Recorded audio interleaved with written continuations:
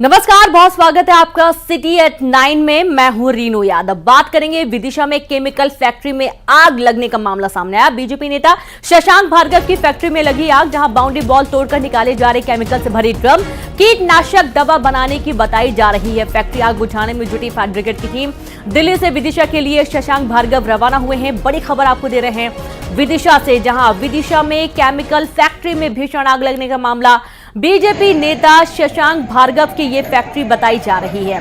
Boundary wall तोड़कर chemical से भरे ड्रम निकालने की कोशिश, कीटनाशक दवा बनाने की ये फैक्ट्री बताई जा रही है। आग बुझाने में जुटी फायर ब्रिगेड की टीम दिल्ली से विदिशा के लिए शशांक भार्गव रवाना हो चुके हैं। और ये देखिए कुछ तस्वीरें भी आपके टीवी स्क्रीन पर, जब धुएं का काला गुबार आसमान में दिखाई दिया है। और चूंकि केमिकल की फैक्ट्री है तो आग बहुत तेजी से फैल जाती है। दीवार बाउंड्री वॉल तोड़कर जो ड्रम है केमिकल से भरे हुए उन्हें बाहर निकालने का काम हो रहा है। संवाददाता दिनेश यादव जुड़े हैं। दिनेश, कैसे ये आग लगी और फिलहाल अभी क्या अपडेट है?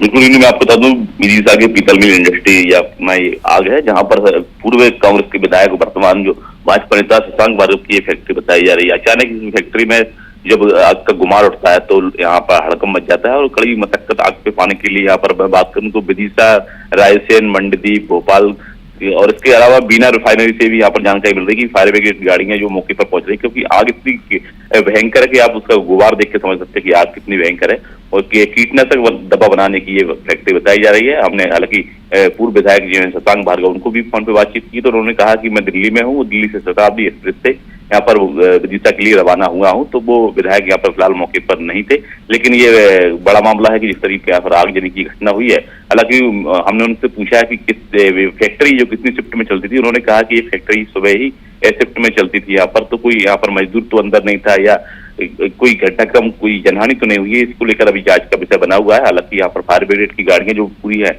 वो मौके पर पहुंची हुई हैं। जो प्रशासन के आला अधिकारी हैं विदिशा जिला मुख्यालय के, वो भी यहाँ पर पहुंचे हुए हैं। आग बुझाने का यहाँ पर प्रयास लगातार यहाँ पर किया जा रहा है। रीनू जी बिल्कुल, आग बुझाने का लगातार काम किया जा रहा है। आसपास कुछ और भी घर हैं या कोई और भी कुछ फैक्ट्रीज हैं, दुकानें हैं क्या? क्योंकि जिस तरीके से केमिकल फैक्ट्री में आग लगी है, आग तेजी से फैलने का आशंका बनी रहती है। और हम देख भी पा रहे हैं दिनेश की बहुत तेज आग लगी हुई है, आसपास लोग भी हैं और ड्रम निकालने के काम किए जा रहे हैं। कारण पता चल पाए क्या कि मतलब आग लगी कैसे यहाँ पर? बिल्कुल रीनू, बताया है तो यहाँ पर एक कारण जो फिलहाल में तो अज्ञात बताया जा रहा है कि किस तरीके से आग लगी है, शॉर्ट सर्किट लगी है, क्या है। अभी अधिकारी कुछ भी यहाँ पर बोलने के लिए यहाँ पर तैयार नहीं है। फिलहाल प्राथमिकता यही है कि क्या फैक्ट्री के अंदर कुछ लोग मौजूद थे क्या? कोई कर्मचारी मौके पर मौजूद है क्या? वही मैंने आपसे बताया ना कि जिस तरीके से हमने बात की है पूर्व विधायक जो शशांक भार्गव है, उनसे जब पूछा हमने कि फैक्ट्री कितनी शिफ्ट में चलती थी, उन्होंने कहा एक ही शिफ्ट में चलती थी। तो लगभग यहाँ पर सुबह ही यहाँ पर कर्मचारी पहुंचते होंगे, शाम तक ये फैक्ट्री चलती होगी। लेकिन अभी जांच का विषय यही है कि कोई घटना के दौरान जब आगजनी घटना हुई है, कोई कर्मचारी तो अंदर नहीं था, कोई किसी की जनहानि नहीं हुई। इसको लेकर जांच का विषय है। अभी फिलहाल में प्रशासन यहाँ पर पूरा लगा हुआ है मुस्तैदी से। यहाँ पर कड़ी मशक्कत जो है आग बुझाने की मौके पर है, फायर ब्रिगेड की टीम मौके पर है, पुलिस मौके पर है, और क्या कितना टाइम लगेगा आपको बुझाने के लिए दिनेश? बताऊं तो मैं आपको जिस तरीके से विदिशा जिला मुख्यालय की फायर ब्रिगेड गाड़ियां है, साथ में रायसेन जो पड़ोसी जिला है रायसेन का सांची से यहाँ पर फायर ब्रिगेड गाड़ी बुलाई गई है। इसके अलावा औद्योगिक क्षेत्र मंडीदीप है, वहां से भी फायर ब्रिगेड की गाड़ियां बुलाने की बात की जा रही है। भोपाल, साथ ही यहाँ पर बीना रिफाइनरी जो सागर जिले की है, वहां से भी गाड़ी आग बुझाने के लिए गाड़ी फायर ब्रिगेड की बुलाई गई है। मौके पर बात करूं तो मैं नगर पालिका के जो कर्मचारी है वो मौके पर है, पुलिस प्रशासन यहाँ पर मौके पर, तमाम जो स्थानीय जो प्रशासन है वो यहाँ पर मौके पर बना हुआ है। और जल्द से जल्द यहाँ पर आग पर मशक्कत की जा रही है, आग बुझाने का यहाँ पर प्रयास किया है। लेकिन आग का गुब्बारा आप देख कर समझ सकते हैं कि आग यहाँ पर भीषण है और लगातार यहाँ पर आग बुझाने का प्रयास किया जा रहा है। बिल्कुल, शुक्रिया, बहुत शुक्रिया आपका दिनेश तमाम जानकारी साझा करने के लिए। तो इस तरीके से आप देखिए कि आग बुझाने का प्रयास लगातार किया जा रहा है। दमकल की गाड़ियां मौके पर मौजूद हैं, प्रशासनिक अधिकारी मौके पर मौजूद हैं, निगम की टीम भी पहुंच चुकी है और अब लगातार आग को बुझाने की कोशिश है। फिलहाल आग लगी कैसे ही ये स्पष्ट नहीं हो पाया है, पूरा मामला जांच का विषय है। और जब जिम्मेदारों से इस बाबत सवाल किया गया कि अंदर कोई कर्मचारी मौके पर मौजूद है, तो किसी ने भी कुछ कहने से मना कर दिया है।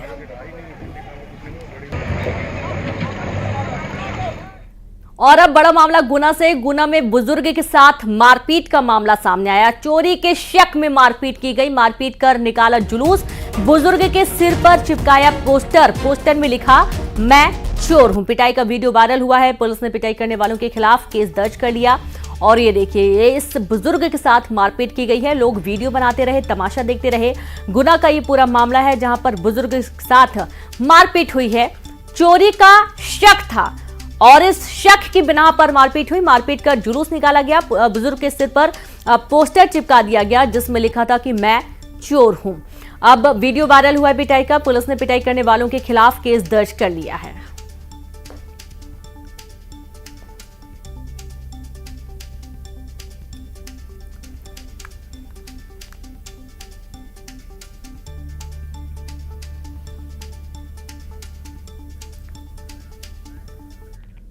इंदौर में अंतर्राष्ट्रीय लूट गैंग का पर्दाफाश हुआ। पुलिस ने एक लुटेरे को गिरफ्तार कर लिया। उत्तराखंड से लूट करने आए थे बदमाश। उत्तराखंड से 4-5 महीने के लिए लूट करने निकली थी गैंग और 30 मई को वृद्धा से मंगलसूत्र साथ ही मोबाइल की लूट की गई। सीसीटीवी फुटेज में आरोपी दिखे थे। आरोपी के फरार साथी की पुलिस तलाश कर रही है। बड़ी खबर इंदौर से है जहां पर अंतर्राज्यीय लूट गैंग का पर्दाफाश हुआ। पुलिस ने एक लुटेरे को गिरफ्तार कर लिया। उत्तराखंड से लूट करने आए थे बदमाश। उत्तराखंड से 4 से 5 महीने के लिए लूट करने निकलती थी गैंग। 30 मई को वृद्धा से मंगलसूत्र और मोबाइल की लूट की गई। तो सीसीटीवी फुटेज में दिखे थे आरोपी के फरार साथी की पुलिस तलाश कर रही है।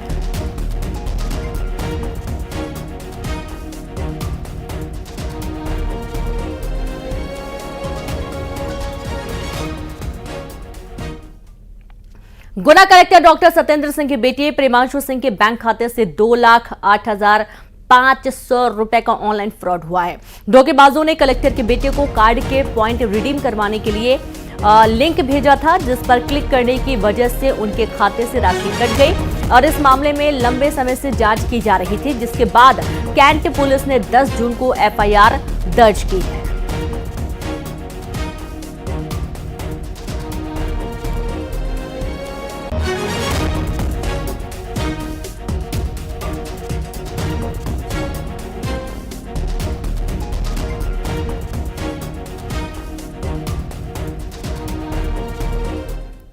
भिंड में उल्टी दस्त से 3 मरीजों की मौत की खबर है, जहां फूप कस्बे में न्यूज 18 की टीम पहुंची और हालात का जायजा लिया। लोगों ने बताया कि लगातार मरीजों की संख्या बढ़ रही है। जिन मरीजों का भिंड जिला अस्पताल में इलाज चल रहा था उनमें एक बच्ची की भी मौत हुई है। 2-3 मरीजों को ग्वालियर के लिए रेफर किया गया। स्थानीय लोगों की माने तो बीते 2 दिनों में 50 से 60 लोग उल्टी, दस्त, पेट दर्द और बुखार से परेशान हैं और इसी कस्बे से इन्हीं लक्षणों के 3 मरीजों की मौत हुई थी। हालांकि प्रशासन इन 3 मौतों की पुष्टि नहीं कर रहा है।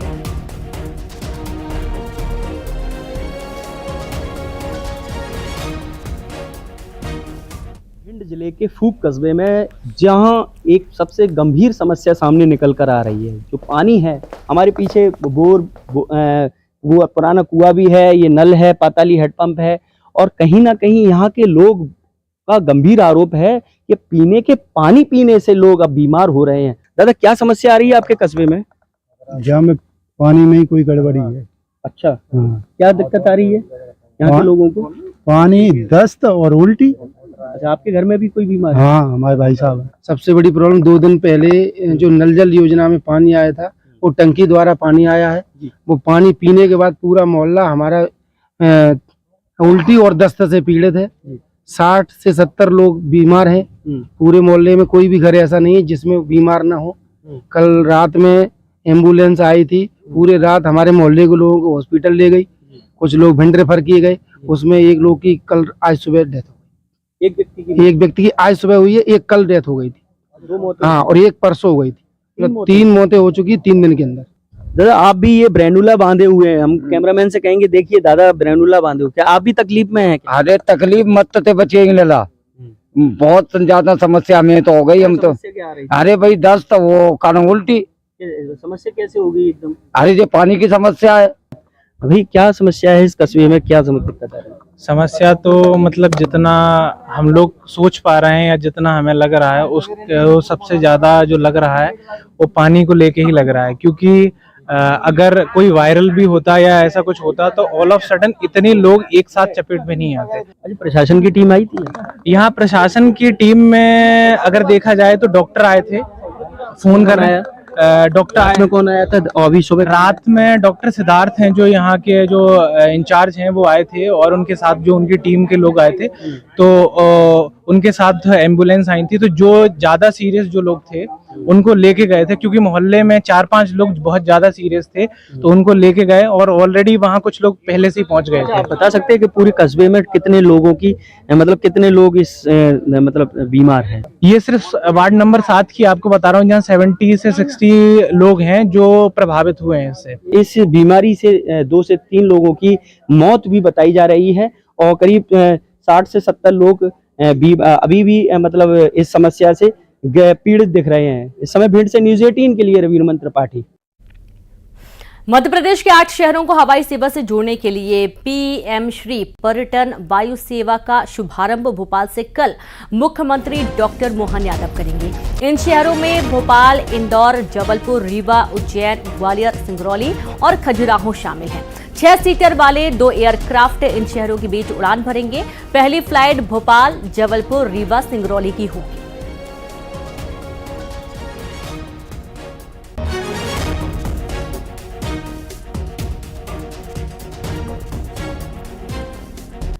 सिवनी में आकाशीय बिजली गिरने से 3 लोगों की मौत पर सीएम डॉक्टर मोहन यादव ने दुख जताया है। सीएम ने पीड़ित परिवार को 4-4 लाख की आर्थिक मदद के निर्देश दिए। सीएम ने सोशल मीडिया प्लेटफॉर्म एक्स पर लिखा, सिवनी जिले के ग्राम जमुनिया में आकाशीय बिजली गिरने से 3 लोगों की असामयिक मृत्यु का समाचार अत्यधिक पीड़ादायी है।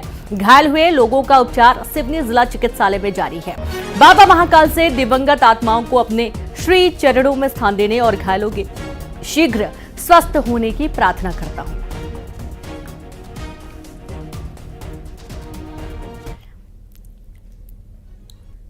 खबर भोपाल से, जहां 30 जून से पहले आएगा नगर निगम का बजट। नगर निगम के मुख्य बजट पर मंथन शुरू हो चुका है। करीब 25,000 करोड़ का यह बजट होने वाला है।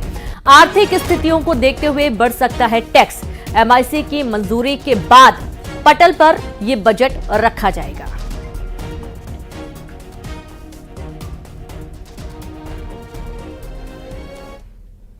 शहडोल से खबर है, जहां जल संकट से जूझ रहे लोगों ने फिल्टर प्लांट में जड़ा ताला। 1 महीने से पानी की नहीं हो रही सप्लाई। पानी नहीं मिलने से लोगों में काफी गुस्सा देखा जा रहा है। फिल्टर प्लांट में ताला जड़कर किया विरोध। धनपुरी नगरपालिका क्षेत्र के वार्ड नंबर 5 की घटना बताई गई है।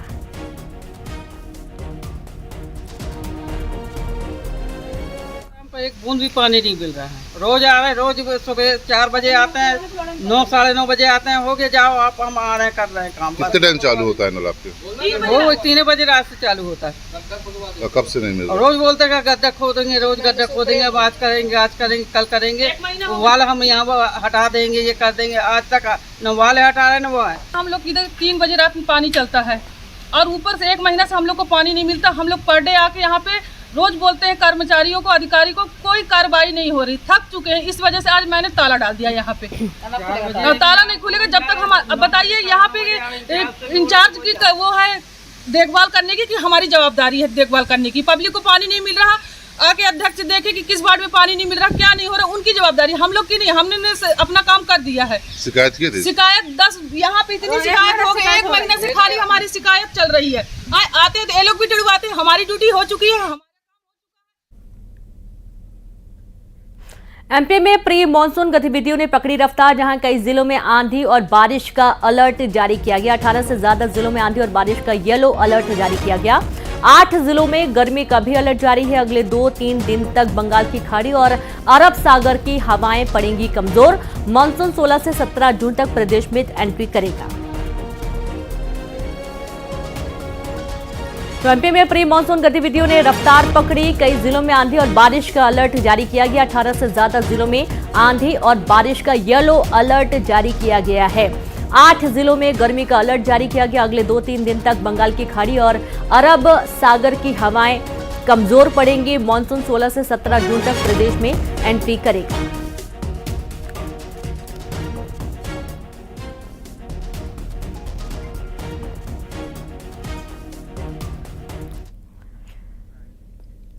खबर दुर्ग से, जहां पुलिसकर्मी ऑनलाइन ठगी का शिकार हुए। ठगों ने 14 लाख रुपए से अधिक की ठगी की वारदात को अंजाम दिया।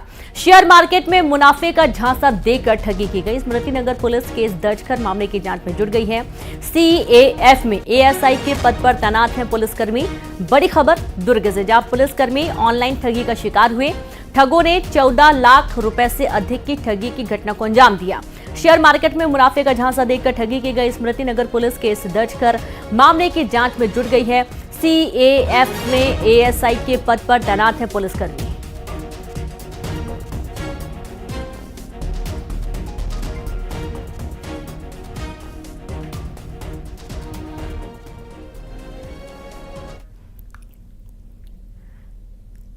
सरगुजा जिले में एक महिला सरकारी नौकरी लगते ही अपने पति और बच्चे को छोड़कर चली गई। मामला लखनपुर विकासखंड के तराजू गांव का है।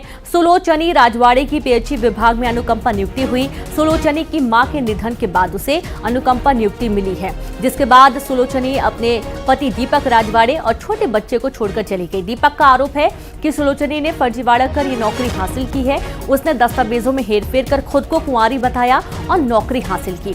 सुलोचनी के पति दीपक ने मामले की शिकायत सरगुजा आयुक्त और सूरजपुर कलेक्टर और PHE विभाग में की है।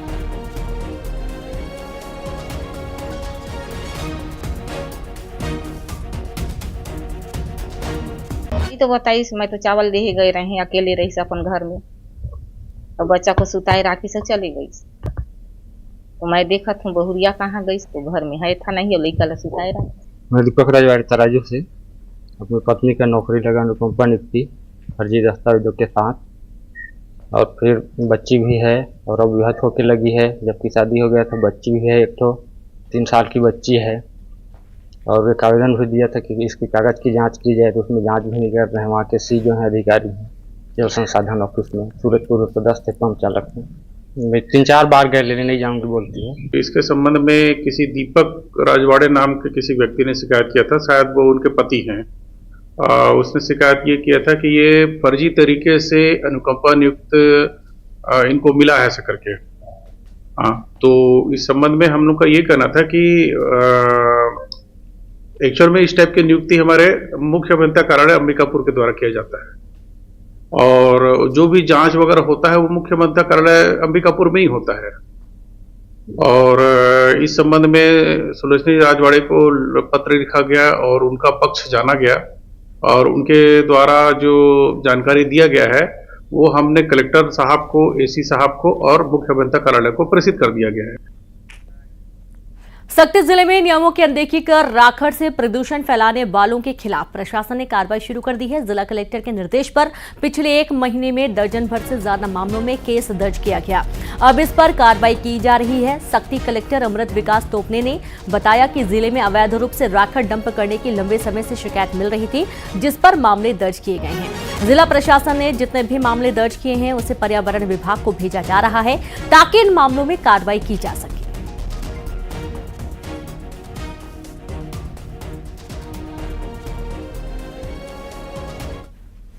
केसेस बनाए और वो केसेस जो है हम लोगों ने रीजनल ऑफिस जो होता है आवास पर्यावरण को उनको फॉरवर्ड कर दिया। बेसिकली इसमें प्रक्रिया ये रहती है कि जो भी जिला एडमिनिस्ट्रेशन केसेस आइडेंटिफाई करता है वो सारे केसेस रीजनल ऑफिस आवास पर्यावरण को जाता है। ये बेसिकली फ्लाई ऐश के केस में सेंट्रल गवर्नमेंट ने जो पावर्स है वो बेसिकली आवास पर्यावरण बोर्ड को डेलीगेट करके रखा हुआ है। वो बेसिकली लेवी करती है fine on the power plant. तो हमने प्रकरण तो भेज दिया है, अब जो भी कार्रवाई होनी है वो बेसिकली आवास पर्यावरण की तरफ से होगी पावर प्लांट के ऊपर। पश्चिम बंगाल के रानीगंज में एक SI ने अकेले ही 7 हथियारों से लैस लुटेरों को धूल चटा दिया। दरअसल एक गहने की दुकान में लूट के इरादे से 7 लुटेरे पहुंचे। SI मेघनाथ मंडल अकेले ही भिड़ गए, जिसके बाद दोनों तरफ से 25 अधिक राउंड गोलियां चली और फिर कैश और गहनों से भरा एक बैग वहीं छोड़कर फरार हो गए बदमाश। इस दौरान एक लुटेरे को पैर में गोली लगी। पुलिस ने इस मामले में एक आरोपी को गिरफ्तार कर लिया। बदमाशों की तलाश की जा रही है। पूरी घटना वहां लगी CCTV वीडियो में रिकॉर्ड हो गई है।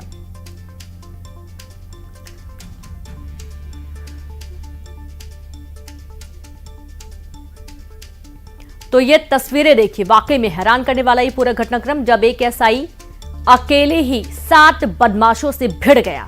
दरअसल यहां पर ये लुटेरे पहुंचे हुए थे जहां गोल्ड और कैश लेकर ये भागने की कोशिश कर रहे थे और इसी दौरान बाहर एसआई ने गोलियां चलाना शुरू कर दिया। पुलिस की जवाबी कार्रवाई के दौरान लुटेरों को एक गोली भी लगी है, एक लुटेरे को पकड़ लिया गया है और बाकी जो बदमाश है वो फरार हो गए हैं। एसआई ने अकेले ही इन बदमाशों को धूल चटा दिया और ये देखिए किस तरीके से ताबड़तोड़ दोनों पक्षों से फायरिंग हो रही है। बदमाश भागने की कोशिश कर रहे हैं लेकिन यहां से भाग नहीं पाए और जो पुलिस है वो मुंहतोड़ जवाब देती हुई नजर आई है और आखिरकार इन्हें सामान छोड़कर भागना पड़ा। एक बदमाश के पैर में गोली लग गई, वो नीचे गिर पड़ा।